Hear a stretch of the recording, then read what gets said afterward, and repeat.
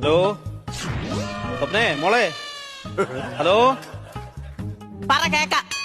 മോളെ നീ വിളിച്ചപ്പോഴേ ഞാൻ വർക്കിലായിരുന്നടി. അത് അറബി അടുത്ത് നിൽപ്പുണ്ട്. ഇടയ്ക്ക് ചെറിയ ഗ്യാപ്പ് കിട്ടിയപ്പോ വിളിച്ച എന്തുവായിരുന്നു മോളെ? ഹലോ ഹലോ കട്ടാക്കി പോയോ ഇവള്? നീ ചുമക്കുന്ന കേൾപ്പിക്കാനാണോ എന്നെ ഈ സമയമില്ലാത്ത സമയം? അറബി അടുത്ത് നിൽക്കുന്ന എന്തോ കാര്യമെന്ന് പറയുന്നത്. സ്വപ്നേ എടി പറയടി, ഞാൻ ഈ സമയമില്ലാത്ത സമയത്ത് എന്റെ ദൈവം ഇത് എന്തൊരു കഷ്ടമാണ്. 3-4 ദിവസം കൊണ്ട് തുടങ്ങിയത്. ഞാൻ ഈ പോർച്ചുഗൽ ഇവിടെ മണ്ടേ നേരത്തെ താടിച്ചാവും. ഞാനിത് കഴിഞ്ഞോ? നിങ്ങളുടെ ആട്ടം കഴിഞ്ഞോ? കഴിഞ്ഞോ? കഴിഞ്ഞോന്നാ? ആ നിങ്ങളും നിങ്ങളുടെ അച്ഛനും കൂടെ ഈ വീട്ടിൽ അങ്ങ് പുറത്തോ. ഞാൻ എന്തിനാണ് ഇവിടെ ജീവിക്കുന്നത്?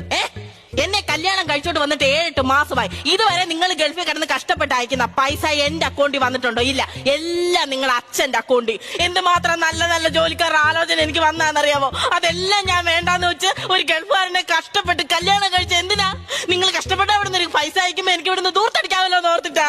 അല്ല അതെല്ലാം കൂട്ടി വെച്ച് എനിക്ക് ഓർത്ത് സന്തോഷിക്കാമല്ലോ എന്ന് വിചാരിച്ചിട്ടാ. പറ്റത്തില്ലല്ലോ.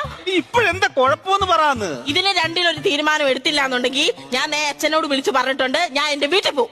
എടി ഈ നിസാര കാര്യത്തിനൊക്കെ നീ പിണങ്ങി പോവാണോ പെണ്ണേ? നിസാറിന്റെ കാര്യമല്ല ഞാൻ പറഞ്ഞത്, എന്റെ കാര്യമാ ഞാൻ പറഞ്ഞത്. മാഫി മുസ്കിൽ എന്തോ അത് ലൗഡ് സ്പീക്കർ ആയിരുന്നു. നിന്റെ നിസാർ കൗണ്ടർ അറബി കേട്ട് എന്നോട് പൊക്കോളാൻ പറഞ്ഞു.